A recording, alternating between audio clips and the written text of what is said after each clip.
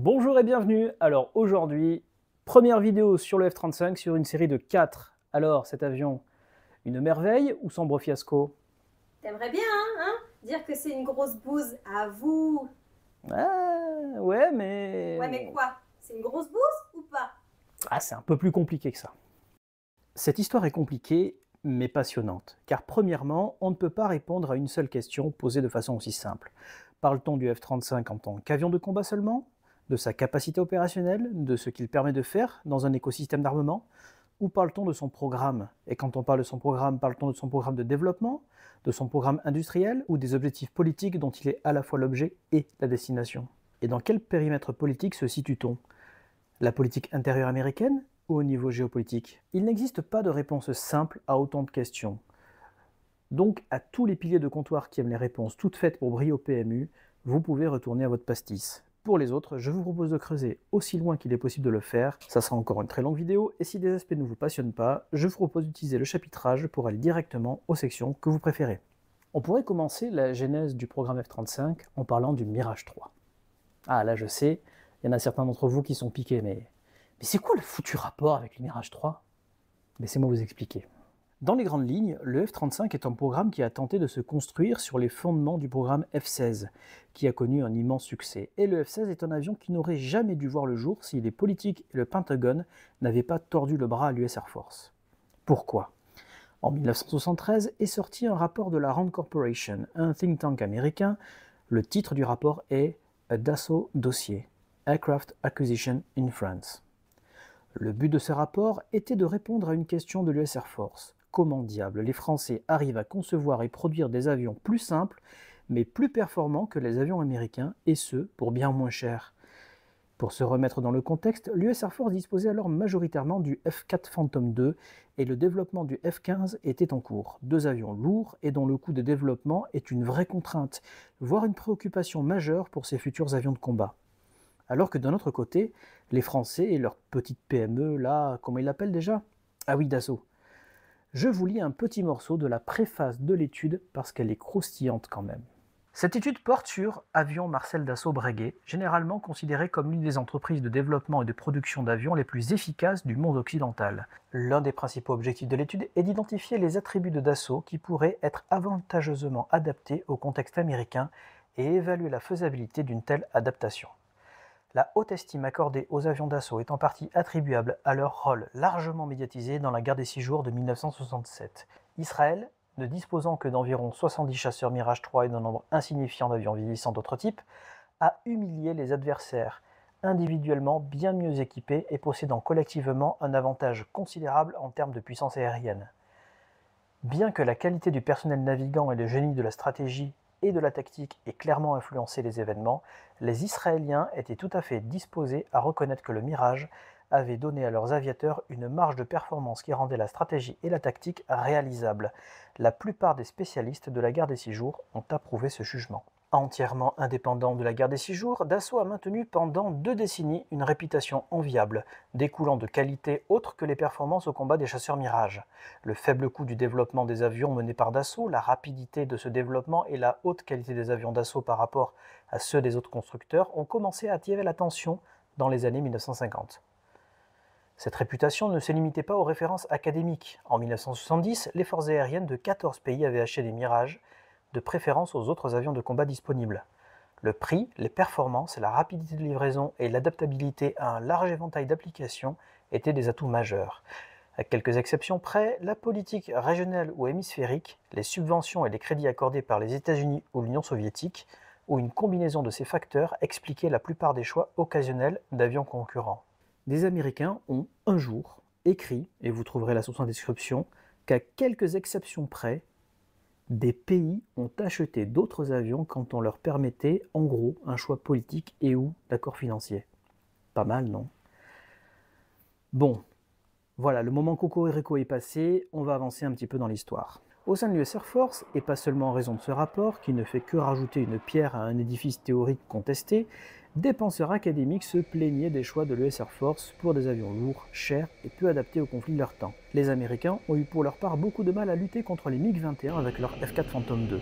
Il y a bien entendu d'autres facteurs qui expliquent le relatif échec contre les Nord-Vietnamiens et le succès des pilotes israéliens, mais en parallèle de ce rapport est née une forme de contestation au modèle de l'US Air Force qui voulait des avions plus performants et plus lourds, comme le F-15 qui est un chasseur de pure supériorité aérienne. Une réponse aux difficultés soulevées par le conflit vietnamien. Au sein de l'US Air Force, des penseurs se sont opposés à cette doxologie et ont évangélisé pour que l'armée soit dotée d'avions plus légers, moins chers et plus rapides à produire, plus maniables aussi. C'est dans ce contexte qu'est né le Lightweight Fighter Program, un programme de chasseurs légers. En tirant les conclusions de ce rapport, le Pentagone voulait provoquer de l'innovation, en forçant des contraintes, certes bien connues en France, mais inédites aux USA. Une limite dans le budget de développement, une limite dans les coûts de production de l'avion et un délai de développement limité à seulement 24 mois. Le plus gros concepteur d'avions de combat de l'époque, McDonnell Douglas et Grumman, concepteurs respectivement du F-15 et du F-14, n'ont tout simplement pas participé au programme, ni Lockheed d'ailleurs. C'est là un premier aspect politico-industriel que je vais développer par la suite. Les constructeurs ont une influence importante au sein du Pentagone. Le budget permet à des centaines de milliers de personnes de vivre, mais rapporte surtout des milliards en bénéfices. Ces compagnies ont tout intérêt, au premier sens du terme, à ce que l'armée américaine privilégie des avions lourds et sophistiqués. Les retours économiques sont importants et par conséquent, ces entreprises ont aussi un poids non négligeable sur le plan politique. Ils financent des campagnes électorales et en retour, les hommes politiques agissent en faveur de ces grosses compagnies. Dans les années 70, ceux qui allaient à l'encontre de l'hégémonie de ces gros acteurs devaient vraiment crier très fort pour se faire entendre. Et aussi bon que fut le F-15 par exemple, vous pouviez en acheter un seul pour le prix de 10 Mirage 3. D'accord, les avions ne sont pas dans la même génération et n'ont pas les mêmes capacités, mais le rapport fait réfléchir tout de même. Ce sont donc Northrop et General Dynamics qui ont participé au programme et été sélectionnés, et ont chacun produit le YF-17 qui est devenu le F-18 et le YF-16 qui est devenu le F-16. On va se concentrer sur ce qu'est devenu le F-16. Au départ, simple chasseur léger et uniquement capable d'opérer de jour, il était équipé pour le combat aérien à courte portée avec le Sidewinder seulement, avec une capacité secondaire de bombardement, mais il était prévu de le faire évoluer. Alors j'indique léger, entre guillemets, parce qu'il était déjà plus lourd d'une tonne que le Mirage F1E qui lui fut opposé. Enfin bref.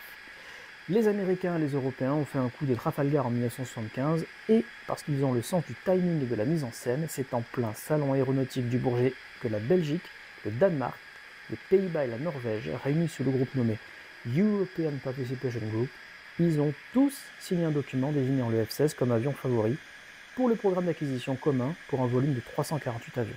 Et je parle bien là du F-16 et non du F-35. Et c'était il y a déjà 50 ans. Déjà parce que 50 ans, ça passe vite, et parce que la situation actuelle, elle a des relents de... Vous voyez, un peu pareil. Mais il ne faut pas se tromper. Sur bien des aspects, le F-16 avait tout pour plaire. Il était extrêmement performant, manœuvrant et était le premier avion de combat opérationnel qui disposait de commandes de vol électriques, de commandes OTAS, ou 3M en français, main sur manche et manette, un siège incliné à 30 degrés, une visière en bulle offrant une visibilité exceptionnelle, bref, la Rolls du combat aérien. Au point que tout ce qui est sorti après le F-16, on se demandait si c'était plus ou moins aussi manœuvrant qu'un F-16. Voilà donc en 1975, on n'avait rien à mettre en face en Europe. Ni Dassault, ni Saab, ni aucun autre constructeur. S'il aurait été facile de faire une coopération et de concurrencer l'avion, le Pentagone a plus ou moins forcé la main pour que l'US Air Force passe commande en 1976, afin que les pays européens qui n'avaient signé qu'une intention au Bourget en 1975 transforment l'essai et passent finalement une commande ferme à partir de 1979. Nous étions alors en pleine guerre froide et le poids géopolitique des USA était extrêmement important en Europe, car les USA fournissaient alors le parapluie nucléaire et 300 000 soldats y étaient stationnés. De l'autre côté, la France venait juste de se retirer du commandement de l'OTAN et avait dégagé toutes les bases aériennes du territoire. À quelques nuances près, la situation n'a pas vraiment bougé en 50 ans. Comment conquérir le reste de l'Europe ? Les 4 pays européens signataires du F-16 ont bénéficié d'un retour industriel relativement important de la part des USA. Ces pays sont en partie devenus fournisseurs des USA et ont pratiquement perdu toute possibilité de pouvoir revenir en arrière. D'autres pays, dans les années qui suivirent, ont décidé de s'équiper d'avions par eux-mêmes. Cela donnait les programmes Tornado dans les années 70 avec les Britanniques, Allemands et Italiens, puis Eurofighter à la fin des années 80 et début des années 90 avec les Espagnols en plus. 4 pays qui ont conservé une certaine autonomie commune dans la conception d'avions. Ce qui suit n'est que pure conjecture de ma part, car on ne peut trouver dans l'histoire que des preuves indirectes de ce que je vous apporte.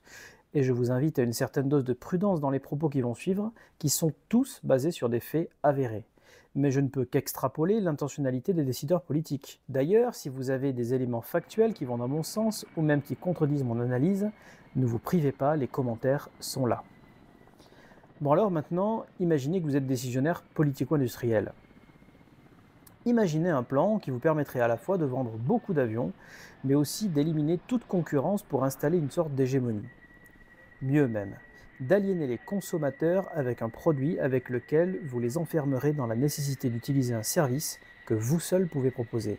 Machiavélique ? Et encore, vous êtes tellement loin de la vérité. Mais concrètement, tu le fais comment ton plan?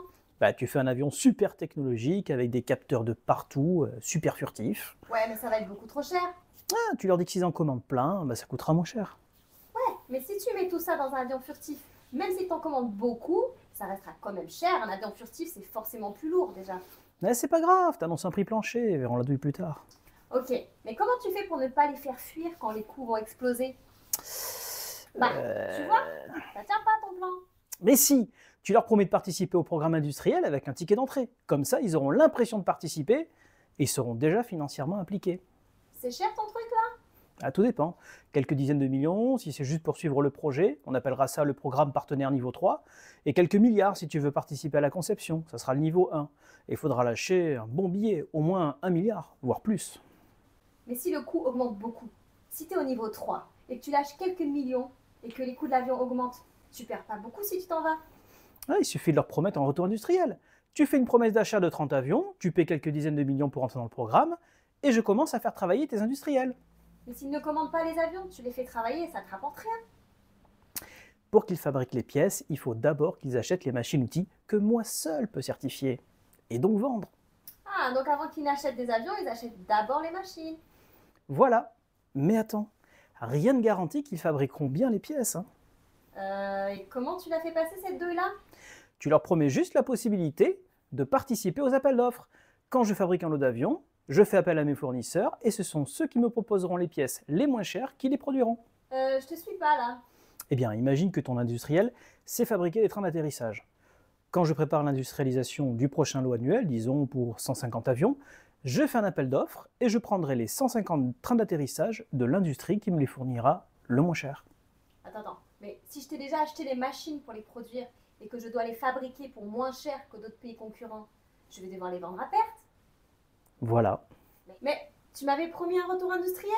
Non, seulement le droit de pouvoir participer aux appels d'offres. Mais c'est pas juste, tu gagnes sur tous les niveaux. Voilà. Le stratagème que je viens de vous expliquer de façon humoristique avec mon épouse est purement factuel.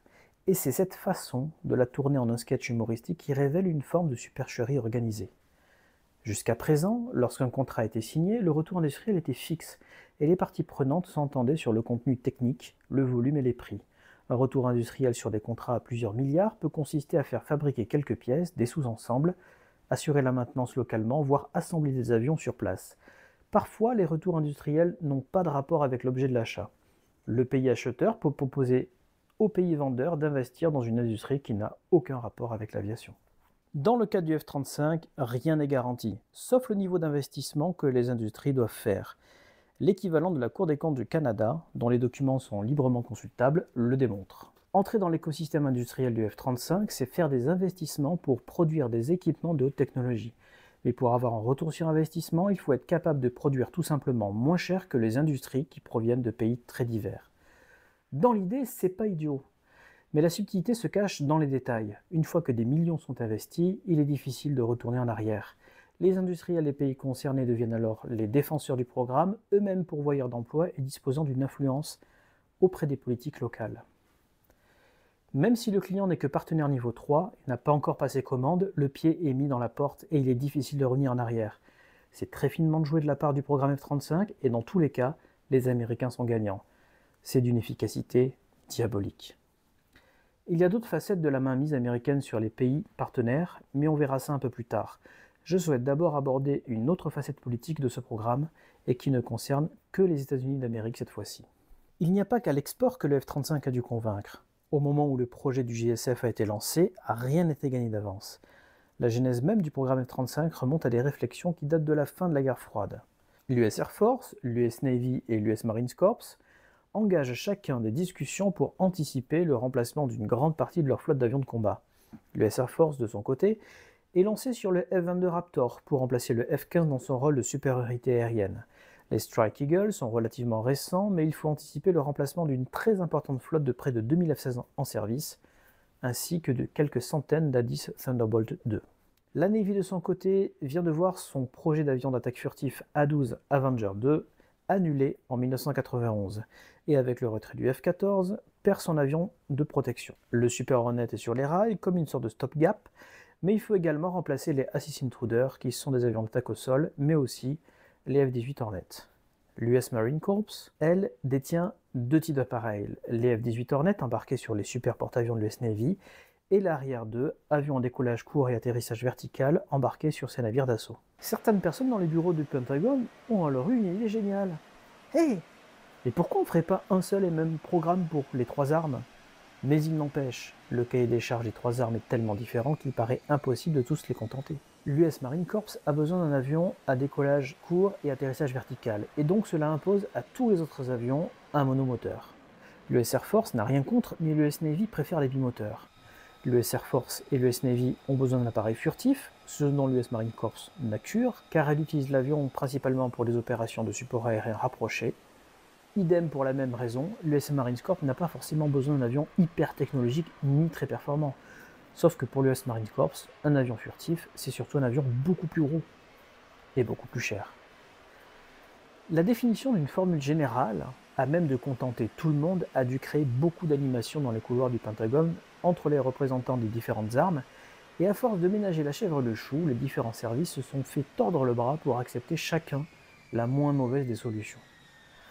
Dans un rapport du GAO, datant de 2006, dont le lien est en description, le CBO, une agence apartisane du Congrès américain, indique: les analystes du CBO ont souligné que les compromis en matière de performance, capacité, nécessaires pour parvenir à une conception commune pourraient amener l'Air Force, dont les exigences sont les plus modestes, à devoir accepter un avion plus coûteux et plus performant que nécessaire afin de satisfaire les besoins plus exigeants de la Navy et du corps des marines.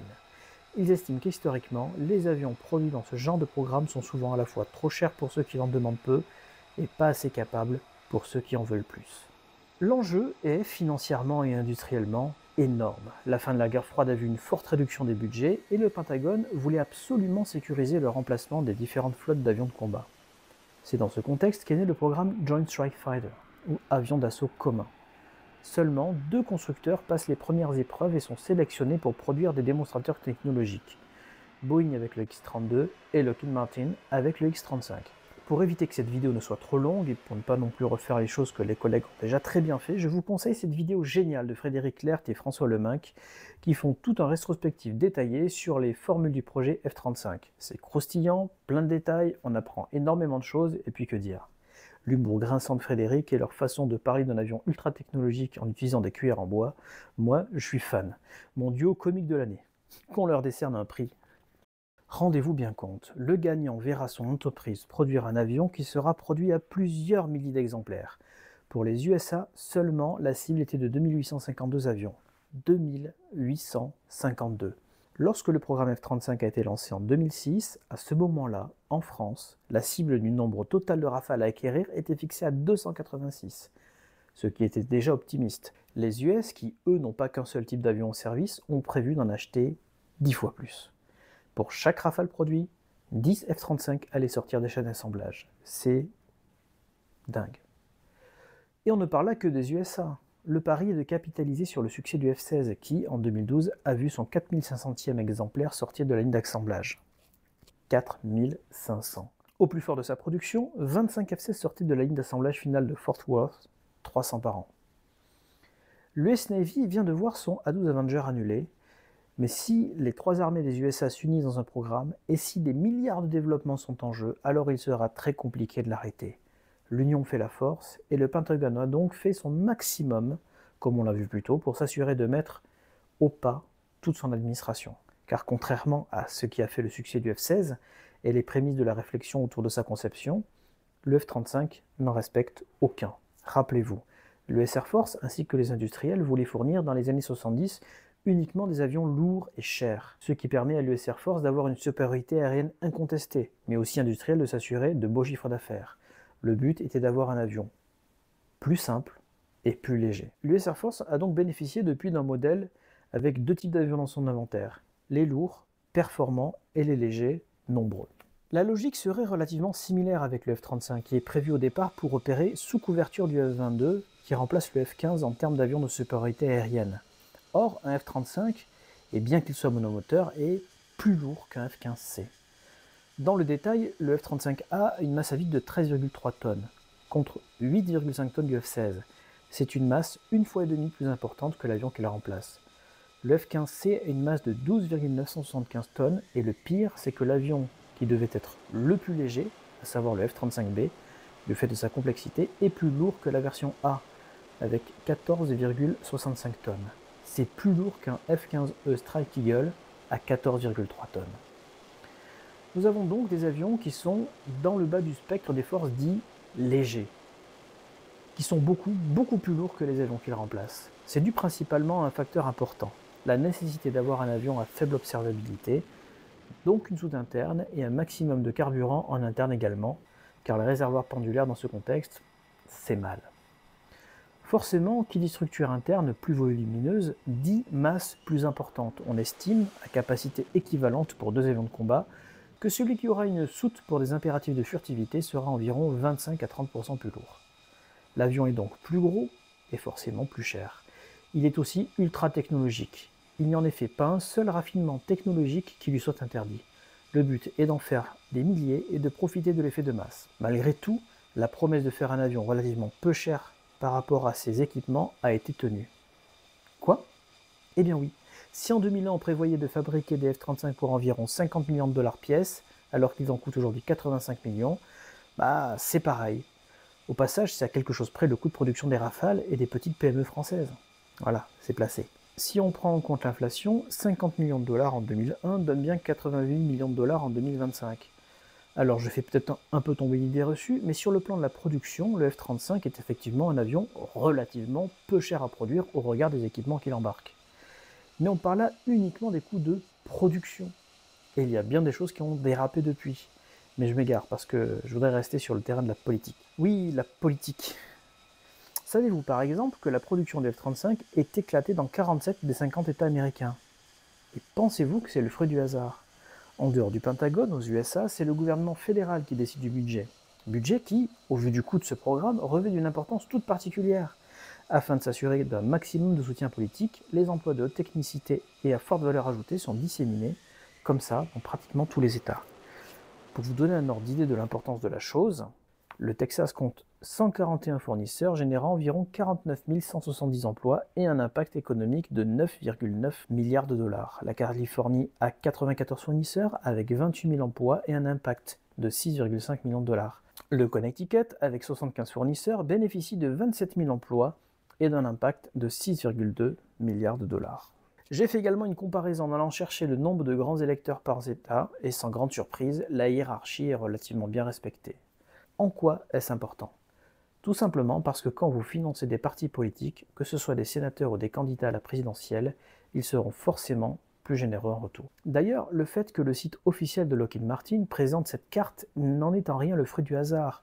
Au même titre que les Européens se partagent la production d'un Atlas ou d'un Typhoon en affichant ce qui est produit où, le fabricant s'attache ici les faveurs de chaque État en mettant en avant le nombre d'emplois pourvus et le poids économique, souvent non négligeable, du retour industriel. Ainsi, si d'un côté les militaires sont pieds et poings liés avec un programme qui ne fait le bonheur de personne, mais qui permet d'assurer, s'il reste uni malgré tout, une pérennité à l'avenir de leur flotte de combat, et que de l'autre les politiques sont assurés d'un soutien continu au travers de leur politique globale à travers tous les USA, alors le programme a une chance d'aboutir. Et ce n'est pas les menaces de Musk ou du Dodge qui vont y changer grand-chose. Donc, si on résume, aucune des trois armées américaines ne pourrait séparer du F-35 car il n'existe pas d'alternative. Le retard du développement crée une situation de crise au sein de l'US Air Force qui a plusieurs fois pensé à acheter d'autres avions en attendant, comme le F-15EX ou de nouveaux F-16, mais le budget n'est pas extensible et tout ce qui est acheté à droite n'est pas acheté à gauche. Il y a des luttes de lobbying intensifs entre les industriels et il faut choisir entre reporter les commandes de F-35 et faire traîner leur livraison, tout en achetant d'autres avions, toujours produits pour remplacer les plus âgés, ou alors continuer à acheter les F-35 tout en faisant diminuer la capacité de combat de l'US Air Force. Car à ce jour, la FOC, ou Full Operational Capacity, ou pleine capacité opérationnelle, n'est toujours pas prononcée, et ce alors que des avions de série sont livrés depuis 2011, soit il y a 14 ans déjà. L'US Navy a longtemps maintenu la chaîne de production de Super Hornet et Growler et a commandé quelques dizaines d'appareils supplémentaires par rapport aux plans initiaux. Mais la chaîne de production est désormais terminée et les seuls appareils neufs qu'elle peut recevoir sont désormais les F-35. Et du côté de l'US Marine Corps, la situation est également très claire. L'USMC est au passage une arme intégrée à l'US Navy qui, pour armer ses navires d'assaut, n'a aucune autre alternative que le F-35B. Les militaires américains sont donc désormais pieds et poings liés. Quels que soient les griefs à l'encontre du programme, il ne peut être remis en question sans prendre le risque d'arrêter de recevoir de nouveaux avions et donc de voir les capacités de combat se dégrader très rapidement. Les militaires sont ferrés, mais les politiques ne peuvent rien faire d'autre que de soutenir le programme également. En effet, ce programme permet des milliards de retours économiques, et celui qui va commencer à lever le doigt en posant des questions sur le programme ne va pas se faire que des copains. D'ailleurs, Lockheed Martin, comme les autres constructeurs, arrose les deux partis politiques. Ça ne s'invente pas. Au niveau international, on a des pays partenaires qui ont éjecté des millions d'euros, voire des milliards pour les partenaires les plus avancés. Le seul partenaire de rang 1, le Royaume-Uni, a laissé un chèque de près de 2 milliards de dollars. Ils ont été à la pointe pour développer le système de décollage court et atterrissage vertical, parce que le arrière à la base c'est britannique, et ont maintenant deux énormes porte-avions qui ne peuvent embarquer que du F-35B. Idem pour l'Italie qui n'ont aucun autre choix que cet avion s'ils veulent conserver leur aéronaval. Mais, pire, bien des promesses n'ont pas été tenues. Au début du programme par exemple, il était prévu 2 moteurs, un peu comme sur les F-15 et F-16 en laissant le choix du F-100 de Pratt & Whitney ou le F-110 de General Electric. Nous avons actuellement le F-135 avec 3 sous-versions, le 100 pour le A, le 400 pour le C et le 600 pour le B. Il est conçu et fabriqué par Pratt & Whitney avec une participation de l'entreprise britannique Rolls-Royce, relativement mineure, sauf pour ce qui concerne la soufflante qui permet le vol vertical. Mais il était aussi prévu le F-136, moteur coproduit entre General Electric et Rolls-Royce. Et Rolls-Royce devait avoir 40% du morceau. Devinez où est le F-136 ? Trop cher d'avoir les deux moteurs, zou, poubelle. Moi je trouve que les Britanniques sont quand même super sympas. Viens chez moi, j'ai des bonbons. Et finalement, tiens, juste paie et tais-toi. Mais il y a aussi tous les autres pays qui participent à l'écosystème industriel et qui n'ont aucune garantie de retour industriel, dont leurs industriels ont investi des millions pour fabriquer des pièces grâce à des appels d'offres qu'ils ne sont même pas sûrs de gagner. Le développement du F-35 est un des points noirs du programme, mais c'est aussi une des raisons qui fait que le programme n'a pas pu être annulé. Et plus il a pris du retard, plus les clients s'y sont attachés. C'est lié à un modèle appelé concurrency. La production des avions commence alors que la phase de développement n'est pas encore terminée. On ne parle là pas d'une pré-série, non, mais d'un lancement de la production de l'avion, mais ceci dit, pas à grande échelle. Pendant cette phase, et en attendant le Full Rate Production, ou taux de production pleine balle, on lance des LRIP, ou Low Rate Initial Production. Bon, ils vont quand même en construire plusieurs dizaines par an. Le fait de vouloir commencer à produire et livrer des avions alors que le développement était en cours a coûté des dizaines de milliards. Avant de rentrer dans le détail du développement, et pour faire le lien avec le besoin des forces, vouloir aller vite en livrant des appareils non terminés sur le plan logiciel était un grand avantage pour le programme industriel, celui de verrouiller le programme. Car si la phase de développement dérape, il est facile d'annuler le programme et d'en lancer un autre en tirant les enseignements du précédent. Mais quand ce développement dérape, mais que plusieurs centaines d'avions à différents stades de finition ont été livrés aux forces armées, une annulation serait du domaine de l'impossible, car des sommes auraient été investies en pure perte. Ou comment capitaliser sur le biais des coûts perdus, ou biais d'escalade d'engagement. C'est une erreur de jugement très bien documentée, où l'on continue à investir du temps, de l'argent et de l'énergie dans une action parce qu'on y a déjà investi, même si cela n'a plus de sens rationnellement. Quel que soit l'angle par lequel on s'attaque au programme F-35, personne ne peut en sortir. L'avion n'est pas au point, mais tous sont enchaînés. Les politiques, le Pentagone, les 3 armées américaines, les industriels américains mais aussi étrangers, les politiques des pays partenaires et leur armée de l'air. Il n'y a pas d'alternative, pas d'échappatoire possible. Ce qui m'a vraiment fait penser à... Un avion pour les gouverner tous. Un avion pour les trouver. Un avion pour les amener tous. et dans les ténèbres, les lumières.